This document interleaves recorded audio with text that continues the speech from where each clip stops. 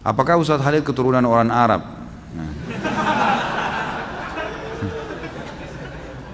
Banyak teman anak keturunan Arab di Indonesia, jika ditanya dalam hal pernikahan, mereka mengatakan tidak boleh menikah dengan selain keturunan Arab, misal dengan pribumi dan lainnya. Dan harus menikah dengan keturunan Arab juga dengan alasan agar keturunannya atau marga Arabnya tidak hilang atau terputus. Apakah benar demikian adatnya? Jika demikian, anak orang pribumi tidak mungkin mendapatkan kesempatan mendapatkan orang keturunan Arab. Ini orang baru ikut pengajian apa? Karena wanita keturunan Arab biasanya cantik-cantik. Lanjutnya saya nggak usah baca ya. Ini dan kalau laki-laki tampan seperti Ustadz katanya. Ini saya nggak tambah ya. Ada keturunan memang. Ya, kakek-kakek saya dari turunan Yaman. Tapi saya sudah pernah bilang teman-teman sekalian. Semua ini marga-marga, suku-suku, bahasa, warna kulit, paras wajah, semua ini adalah variasi kehidupan yang Allah buat. Kita semua dari Adam dan Hawa, gitu kan? Semua dari Adam, tidak ada yang keluar dari Adam dan Hawa. Cuman Allah dengan kemahakuasaannya menunjukkan kebesarannya. Lalu kemudian Allah yang menamakan ini dengan suku-suku tertentu. Itu dulu yang pertama. Dan dalam Islam tidak ada rasisme. Nggak ada dalam Islam, saya Arab, saya Indonesia, saya bule, saya ini, tidak ada dalam Islam semua itu. Karena kata Nabi SAW, la farqa baina Arabin wa ajamin illa bittaqwa. Nggak ada perbedaan antara Arab dan orang ajam selain Arab kecuali dengan ketakwaan. Tidak ada sama sekali, itu memang sudah jelas satu. Jadi itu asasnya, kita Muslim tidak ada bedanya. Dan sudah cukup kalau masuk dalam saf sholat, mau orang Arab, mau orang bule, mau orang Afrika, sama semua masuk saf, gitu kan. Nggak ada bedanya, jenjang sosialnya, ekonominya sama. Dan saya sudah pernah sampaikan teman-teman sekalian, hati-hati dengan fanatisme rasisme ini ya, itu nggak boleh sama sekali. Jadi misalnya hadis yang pernah saya sampaikan bahwasanya ada orang-orang dari Ansar ya, dari Muhajirin, dari orang-orang Ansar, dari satu orang Ansar bercanda, ini sama-sama turunan Arab dari sahabat Nabi di Madinah waktu Nabi SAW masih hidup. Orang Ansar ini keluar dari masjid habis sholat asar lalu bercanda sama teman-temannya semua, ada Muhajir, ada orang Ansar. Dia bilang, hai orang-orang Ansar kesini yuk kumpul-kumpul. Muhajirin nggak boleh ikut ya. Kalau kita mungkin, ini orang Betawi ngumpul sini, sana orang Jawa nggak boleh ikut. Misal contoh, bercanda. Nah orang-orang Muhajir ini juga dengar teman-temannya orang Ansar bercanda, dia juga bercanda. Ayo Muhajir kesini yuk, Ansar nggak boleh ikut-ikut ya, gitu.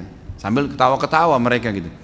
Subhanallah, dengan hikmah Allah Nabi SAW pas keluar dengar itu. Dikatakan dalam hadis Bukhari, raut wajah beliau berubah. Lalu beliau mengatakan, da'ha fa innaha mumtinah. Segera berhentikan ini karena ini penghancuran. Gitu kan? Dalam hadis yang lain dikatakan, tinggalkanlah karena ini yang membinasakan kalian. Enggak ada dalam Islam itu. Gitu kan? Ini penting. Termasuk di dalamnya masalah pergaulan, pertemanan, patokannya ketakwaan, pernikahan, semua itu. Cuma memang dalam Islam khusus masalah pernikahan kita tidak dipaksa, gitu kan? Boleh menikah dengan siapa saja, tetapi ada anjuran dalam Islam untuk menikah dengan sepadan namanya. Sepadan itu sekufu. Kufu itu bisa masuk juga maknanya sama makanannya, sama bahasanya, ya gitu. Sama poster tubuhnya, ya, mendekati warna kulitnya, itu semuanya itu namanya kufu. Kata Nabi SAW begini, wa ankihul akfa aminkum, menikahlah dan terimalah lamaran orang yang sepadan dengan kalian. Sepadan ini maknanya luas ya, maknanya luas. Saya pernah berikan contoh waktu saya ceramah di Makassar. Ada kurang lebih pertanyaan, bagaimana kalau kami orang Bugis atau orang Makassar ini menikah dengan orang Jawa Ustaz?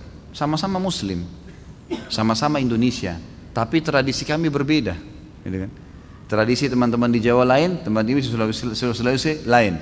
Ini dalam Islam dibolehin enggak nih? Kalau kami nggak mau nikah sama orang Jawa, saya jawab, itu boleh dalam Islam. Kalau kita khawatir ada perselisihan yang akan terjadi, karena beda tradisi. Walaupun kita disatukan di bawah naungan Islam, tapi boleh kalau mau nikah. Boleh tidak menikah, boleh menikah. Itu hak mereka memilih. Masalah dia nanti menikah boleh, tapi ingat menikah dengan orang yang berbeda tidak sekufu dengan kita. Misal orang Indonesia nikah sama orang bule, ini hidup di alam mana, makanannya lain, cuaca biasa negaranya berbeda, kemudian kita juga terbiasa dengan makanan, terbiasa dengan pakaian dan seterusnya, lalu menikah. Bolehkah sama-sama muslim? Boleh. Tapi ingat, kita harus butuh ekstra, ada ekstra adaptasi, ya, harus adaptasi dengan makanannya, dengan kebiasaan keluarganya, hal-hal yang mubah dalam Islam, maka itu harus ada adaptasi. Kalau bisa silahkan, gitu kan. Kalau tidak, maka lebih aman orang yang sepadan. Tapi boleh, bukan tidak boleh. Kita lihat Nabi SAW waktu di zaman beliau itu ekspansi Islam sudah ada ya. Tapi rata-rata istri beliau dari orang-orang Arab di Madinah dan di Mekah, gitu kan. Ada Maria Kipti dari Mesir, tapi satu orang itu. Artinya boleh, bukan tidak boleh. Tetapi berarti kita harus punya ekstra. Ini kalau memang berbeda sama sekali ya. Lain kalau kayak misalnya dibahasakan tadi sama akh yang bertanya. Ada turunan Arab kayak saya dan teman-teman yang lain, sudah tinggal di Indonesia. Sudah sebahasa, sudah sama-sama sama cuacanya, sama keadaannya, maka tidak ada masalah. Dan orang-orang yang fanatisme seperti ini sebenarnya tidak benar, gitu kan? Mengatakan kami turunan Arab tidak boleh nikah kecuali dengan orang Arab, itu pemahaman agama nggak benar. Bilal radhiyallahu anhu dinikahkan oleh Nabi SAW dengan Zainab, gitu kan? Salah satu wanita yang terkenal dari orang Mekah, tuan istrinya Bilal itu. Dulu bisa membeli Bilal di zaman jahiliyah. Zaid bin Haritha dinikahkan juga dengan Zainab, yang lain juga ada wanita namanya Zainab. Dua-dua wanita terkenal, orang-orang dari Muhajirin yang terkenal di Mekah. Jadi kayak istri wanita pejabat, tapi dinikahkan oleh Nabi SAW. Karena dianggap mereka akhirnya sudah kufu masuk ke Islam, sudah sama-sama tinggal di Madinah, sudah saling mengerti, nggak ada masalah. Jadi fanatisme seperti ini tidak benar, gitu kan? Tapi jangan juga kita menggunakan bahasa-bahasa yang tidak santun. Misal begini, mentang-mentang saya bukan orang Arab kamu nggak mau, itu nggak boleh ya.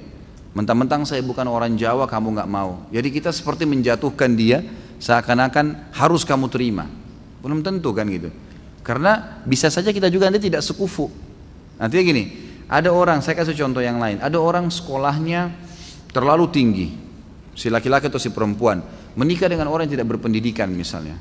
Dan ini nanti mungkin bisa masuk tapi harus ekstra adaptasi. Karena retorika bahasa berbeda, ini berbeda memang nggak bisa gitu kan. Maka akan sulit.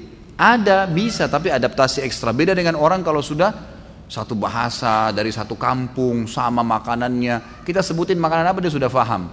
Ya, udah langsung tahu kan berbeda. Ini sudah lebih paham. Ini kan lebih enak masuknya tapi tetap boleh, bukan tidak boleh. Dan saya bilang teman-teman saudara turunan Arab atau turunan yang lain, seperti ini fanatisme nggak boleh dalam Islam, tidak boleh.